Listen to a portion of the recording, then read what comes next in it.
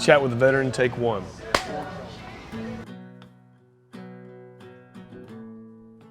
And I was living with my grandmother. She came by one day and cut my ponytail off, and you know, tough love or whatever. And I started working bagging groceries. And I don't know, maybe 2 weeks into bagging groceries, I said, "There's got to be a better way." And there's an Air Force recruiter, I think, in the same complex, and I just walked in and basically said, "This is the easiest, you know, easiest recruitment you've ever had. Tell me where to sign. When can I leave?"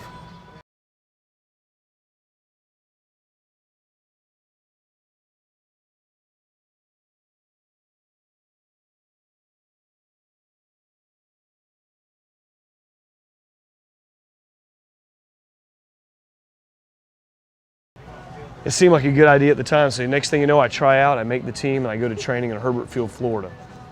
So I was no longer an F-16 or F-15, whatever it was, mechanic. I was now heading to learn how to call in airstrikes. And I was going to get to go to jump school, and I was going to get to go to SEER school, which is like a survival school where they lock you in a little simulated POW camp and smack you around a little bit and try to get you to talk and these types of things, you know. So things changed like pretty quick in a heartbeat.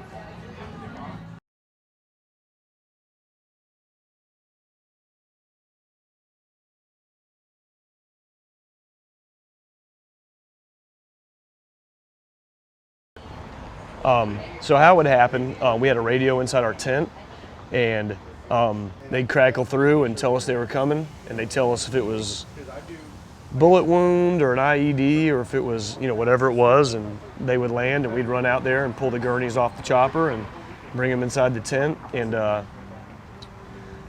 you know, you kind of have morphine in one pocket and you got tetanus shots in the other pocket, because pretty much every casualty we saw over there, almost, like, I'd say 75% was IED explosions.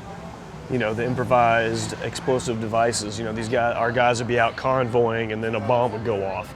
And those bombs are made out of anything these guys can get their hands on. So whether it's ball bearings or glass or just whatever stuff they can find, you know. So we go out and get these guys off. And when it was mass casualties, I mean, sometimes the bad guys, to get the Americans to quit fighting them, the bad guys would just turn to a village and just start shelling the village. They would mortar the village and shoot villagers. So because Americans, we naturally, or the coalition forces, whatever, we would naturally go in to save the villagers, and then while we're in there saving the villagers, they start lobbing mortars again to get our guys, because they don't look at things the same way. I don't want to say we do, but it's just a different mentality, I guess, you know.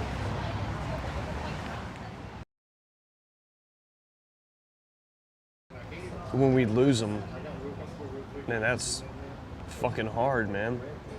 You know, this shit is tough. The first time a woman died in our tent was the worst day of my life. Worst day of my life. I'd never seen something affect so many people so deeply. You know, boy, that was hard. You know, when we talk about equality, and we talk about, you know, and I'm all for it, you know, of course. You know, I've got sisters and nieces and friends, but there was something different about when we lost that young lady. That was different. And I'm not saying that her life was more important than the guys, the 20 dudes before that I had seen die or whatever it was, but boy, that was tough. And I've got pictures of the fate. There was a photographer there that day, and she was taking pictures of us. And there's a picture of us all meeting at my tent afterwards. We're good. We're all meeting in my tent afterwards, kind of just to smoke a cigarette and just to decompress. And there's one candid shot that none of us are talking, and we're all just, you can see it on our faces that it was a rough day.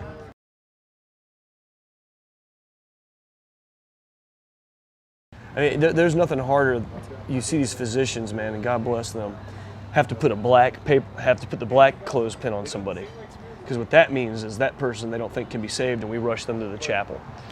There's a triage system. You know, when they bring you 23 people that are shot up, blown up, this is hard to take, but sometimes a civilian that's not wearing our uniform gets priority over the guy in the uniform. And there's nothing you can do about that. And they're all people, you know. They're all people. But fuck, man, you know.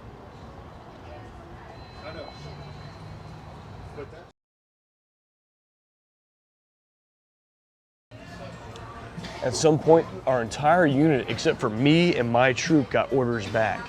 So he and I got left behind for when the new rotation came in. So we were there for like 2 rotations, but you'll never hear me complain to that to any Army grunt or Marine or anybody, because, man, some of those guys, some of my friends did 4 tours, man. You know what I mean? Like 4 tours. Like, God, I can't even imagine, man. It was stressful, dude. You talk about stress.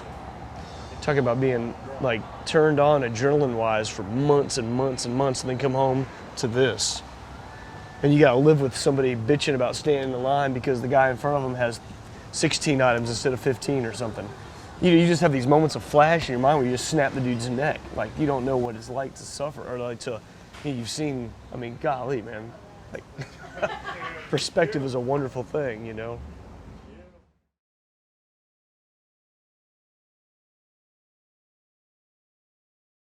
It was, we were there for 7 months, I think, so we got 30 days off work. It was like considered a short tour, so we got to go home for 30 days. I come back from my 30 days, like, I'm talking watched no TV, basically drank whiskey every day, wasn't very healthy, you know, kind of angry, and showed up back to work. I don't think I had shaved or cut my hair, which are huge no-nos.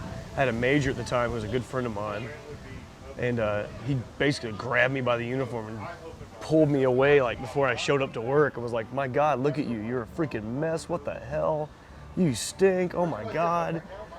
So he like kind of protected me from shit. I was like, I don't care. They can do what they want with me. Rawr. You know, at the time I was an idiot. And anyway, he sent me home and just told him I was sick. And I went and got a haircut and shaved and whatever. And I showed up to work like it was like the next day or 2 days later.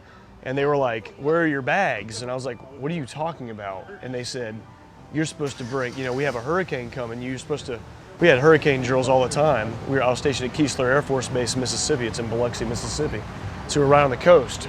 So all the time there's always a hurricane coming. So we would have to bring our bags for 2 days, And there was a whole list of things you had to have in the bag. And I was like, fine, I'll go get my bag. So I went home, got my bag. I threw a bag together. I didn't put anything in it really because it was just another drill, right? Got back to the hospital, and you know what that hurricane was?